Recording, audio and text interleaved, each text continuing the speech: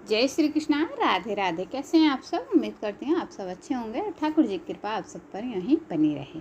अगर वीडियो पसंद आती हो तो चैनल से जुड़ जाइएगा, वीडियो को लाइक कीजिएगा, कमेंट कीजिएगा और ज़्यादा से ज़्यादा शेयर कीजिएगा और सब्सक्राइब कर लीजिएगा चैनल को। तो चलिए शुरू करते हैं वीडियो। तो आज की वीडियो में लेकर आई हूँ देवशयनी एकादशी व्रत कथा पूजा विधि के बारे में। संपूर्ण जानकारी आपको इसी वीडियो में प्राप्त हो जाएगी। तो देवशयनी एकादशी हिंदू धर्म का एक बहुत ही अधिक महत्वपूर्ण व्रत है। इस दिन से संबंधित बहुत सारे वर्णन पुराणों में देखने को या सुनने को मिलते हैं। पुराणों के अनुसार इस दिन से भगवान श्री हरि विष्णु पाताल लोक में निवास करते हैं। भगवान विष्णु का यह निवास 4 माह के लिए होता है, जिसे हम चतुर्मास के नाम से जानते हैं।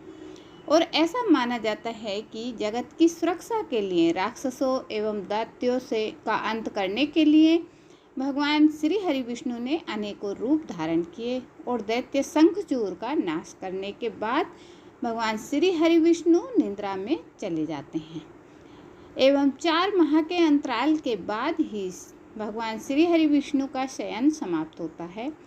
इन 4 माह तक श्री हरि विष्णु क्षीर सागर में शैया पर शयन करते हैं, जिस दौरान कोई भी धार्मिक कार्य जैसे विवाह या अन्य कोई कार्य नहीं किए जाते हैं। जिस दिन शयन समाप्त होता है उसे देव उठानी एकादशी के नाम से जानते हैं।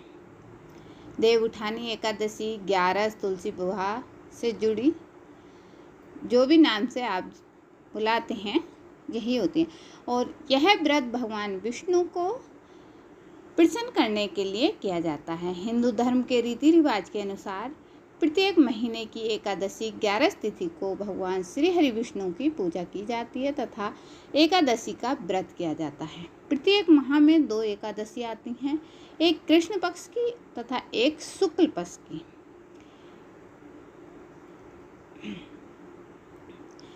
देवशयनी एकादशी का व्रत 2022 में कब किया जाता है तो ये भी मैं बता देती हूँ। देवशयनी एकादशी आषाढ़ माह की शुक्ल पक्ष की एकादशी को मनाते हैं और इसी दिन से चतुर्मास की शुरुआत हो जाती है। जैसे कि गांव देहात में चौमासा भी बोलते हैं। चतुर्मास के महत्व के बारे में जानेंगे और ऐसी मान्यता है कि इस व्रत को करने से सारी इच्छाओं की पूर्ति होती है एवं भगवान प्रसन्न होते हैं। अब हम बता देते हैं एकादशी व्रत की पूजा विधि। देवशयनी एकादशी के दिन दैनिक कार्यों से निवृत्त होकर स्नान करें और पूजा स्थल पर भगवान श्री हरि विष्णु की मूर्ति की स्थापना करें तथा पंचामृत से भगवान की प्रतिमा को स्नान कराएं। इसके बाद पूर्ण श्रद्धा भाव के साथ भगवान श्री हरि विष्णु का ध्यान करें एवं फल फूल धूप दीप से भगवान श्री हरि विष्णु की पूजा करें। उसके बाद एकादशी व्रत की कथा सुननी चाहिए एवं अंत में भगवान विष्णु की आरती करके प्रसाद बांटना चाहिए। देवशयनी एकादशी व्रत के दिन नमक का सेवन बिल्कुल नहीं किया जाता है। देवशयनी एकादशी का व्रत देवशयनी एकादशी के पीछे पुराणों में एक कथा प्रचलित है। तो चलिए हम कथा सुनाते हैं। बहुत समय पहले की बात है। सूर्यवंशी कुल में मांधाता नामक का एक चक्रवर्ती राजा हुआ करता था। वह बहुत ही महान प्रतापी, उदार तथा प्रजा का ध्यान रखने वाला राजा था। उस राजा का राज्य बहुत ही सुख समृद्ध तथा धन धान्य से भरपूर मात्रा में था। वहाँ की प्रजा राजा से बहुत अधिक प्रसन्न एवं खुशहाल थी, क्योंकि राजा अपनी प्रजा का बहुत ध्यान रखता था। साथ ही वह धर्म के अनुसार सारे नियम करने वाला राजा था। एक समय की बात है, राजा के राज्य में बहुत लंबे समय तक वर्षा नहीं हुई, जिसके फलस्वरूप उसके राज्य में अकाल पड़ गया, जिससे कि राजा अत्यंत दुखी हो गया, क्योंकि उसकी प्रजा बहुत दुखी थी। राजा इस संकट से उबरना चाहता था। राजा चिंता में डूब गया और चिंतन करने लगा कि उससे आखिर ऐसा कौन सा पाप हो गया है। राजा इस संकट से मुक्ति पाने के लिए कोई उपाय खोजने लगा और उपाय खोजने के लिए सैनिकों के साथ जंगल की ओर प्रस्थान करते हैं। राजा वन में कई दिनों तक भटकते रहते हैं और फिर एक दिन अचानक से वे अंगिरा ऋषि के आश्रम जा पहुंचते हैं। उन्हें अत्यंत व्याकुल देखकर अंगिरा ऋषि ने उनसे उनकी व्याकुलता का कारण पूछा। राजा ने ऋषि को अपनी और अपने राज्यवासियों की परेशानी का विस्तार पूर्वक वर्णन सुनाया। राजा ने ऋषि को बताया कि किस प्रकार उसके खुशहाल राज्य में अचानक अकाल पड़ गया है। राजा ने ऋषि से निवेदन किया कि हे ऋषि मुनि, मुझे कोई ऐसा उपाय बताइए जिससे कि मेरे राज्य में सुख समृद्धि पुनः लौट आए।